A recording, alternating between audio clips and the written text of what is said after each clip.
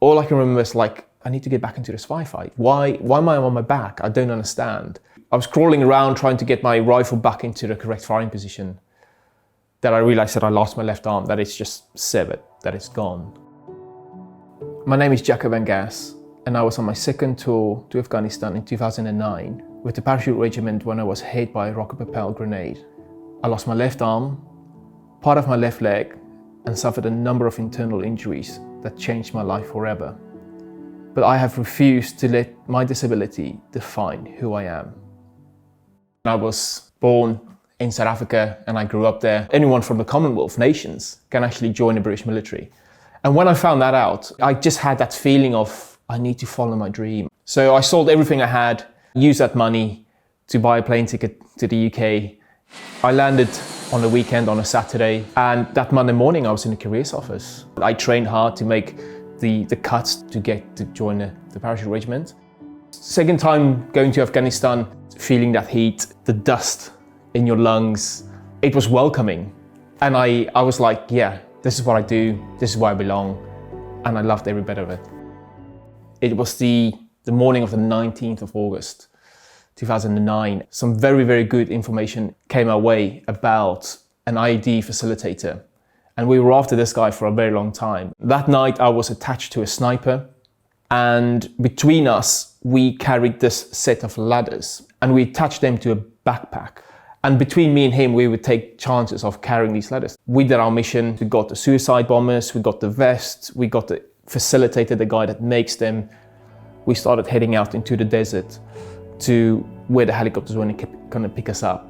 And I think about 25 minutes into this walk, a call came over the radio saying that the pilot wasn't happy with the landing site. But from our current location, we then had to move into an unknown area to the new pickup point.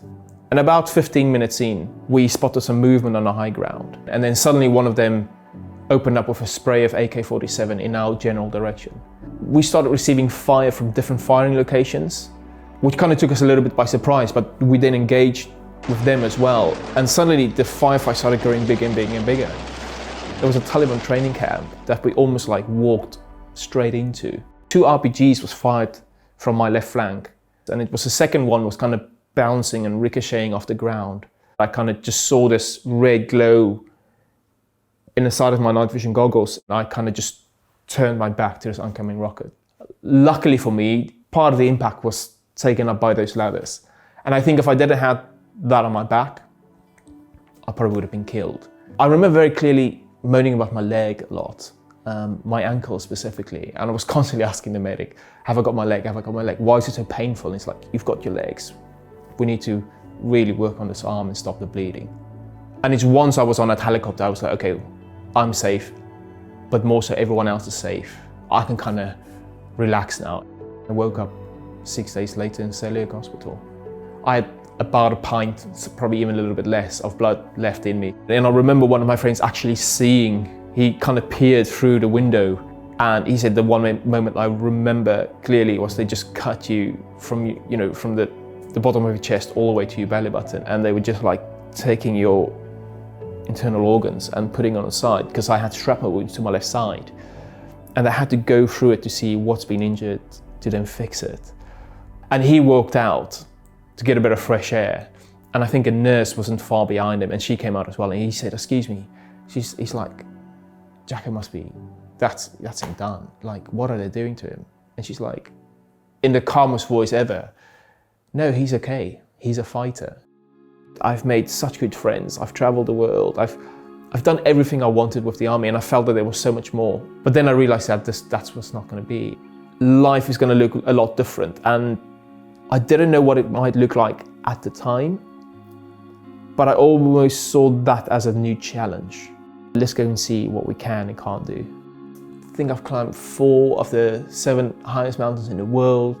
And then yes, my interest then fell into cycling, and we've really pushed on with the cycling. It was announced that we were going to be hosting the inaugural Invictus Games in London. Not was it just the first time something like this was going to happen, it was also a very, very good opportunity for myself to kind of get into a games environment. Performing in in the big stadiums. 2 gold medals, 1 in the road race and 1 in the time trial. It was just unbelievable. The Tokyo Games for me is definitely one of my highlights. China was up and they broke a world record in the qualifying round. And I think everyone, even some of our coaches, written us off going, "You're going to win a silver." I was like, how can you write us off before we even go for the final ride? And we sat down as a team and we all knew what we needed to do. And it was the right moment, the right time, the right place. And it just clicked. And we beat China in that final, and we broke their record that they've just set a few minutes ago. We beat it again and bettered it. And we came away with the gold. For me, there's a great deal of pride when I can put that flag on my shoulder again and represent Great Britain. I have no regrets whatsoever joining the military as a Commonwealth soldier.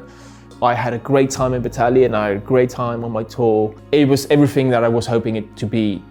I miss days in service every single day.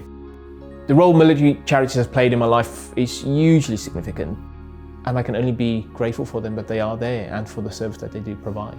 I don't think there's much more I can say than just a huge thank you to everyone that plays the lottery and a request of keep playing. It really is life-changing and it really makes a difference. If you want to help veterans like me, please play the Veterans Lottery.